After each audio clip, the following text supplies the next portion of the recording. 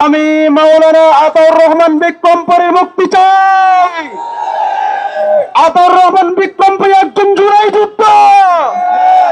আতাউর রহমান বিক্রমপুরী একজন ভারতীয় আগ্রাসন বিরোধী সৈনিক।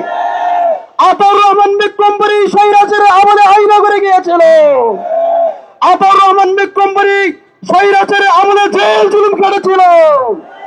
ভারতীয় আগ্রাসন বিরোধী সৈনিকদেরকে কোনোভাবেই তথাকথিত বিশেষ আইনে গ্রেফতার আমরা চাই না। সংগ্রামী সাথী বন্ধুগণ, এই বিশেষ আইন কেন আনা হলো? এই বিশেষ আইন ডিটেনশন কেন আনা হলো? আমি কাশিমপুরে গিয়েছিলাম ওনার সাথে সাক্ষাৎ করার জন্য। আমাকে কারো কর্তৃপক্ষ বলেছে অন্য সকল সাধারণ আসামিরা তারা তার পরিবারের সাথে সাক্ষাৎ করতে পারবে।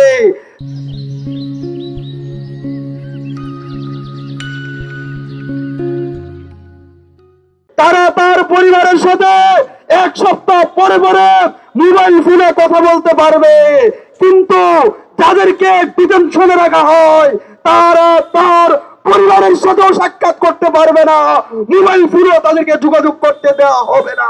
কেন এমন পরিস্থিতি তৈরি করা হলো? সরকারকে বলতে চাই, তোমাদের এত বিশেষ আইন আছে, তোমাদের বিশেষ আইনে আজকে শহীদ উসমান হাদির হত্যাকারীকে কেন গ্রেফতার করতে পারতেছে না? তোমাদের বিশেষ আইন কোথায় থাকে যখন আওয়ামী লীগের খুনিরা দেশ থেকে পালিয়ে যায়? তোমাদের বিশেষ আইন কোথায় থাকে যখন আওয়ামী লীগের মন্ত্রীরা সেফ এক্সিট নিয়ে বিদেশে টাকা পাঠায়?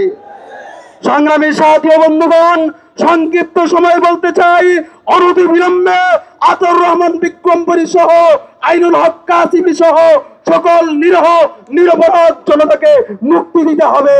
কারা আজকে যারা প্রথম আলো টেলিস্টার প্রতি মায়া দেখাচ্ছেন, আপনারা এই প্রথম আলোর 70 বছরের ইতিহাস কি ভুলে গেছেন?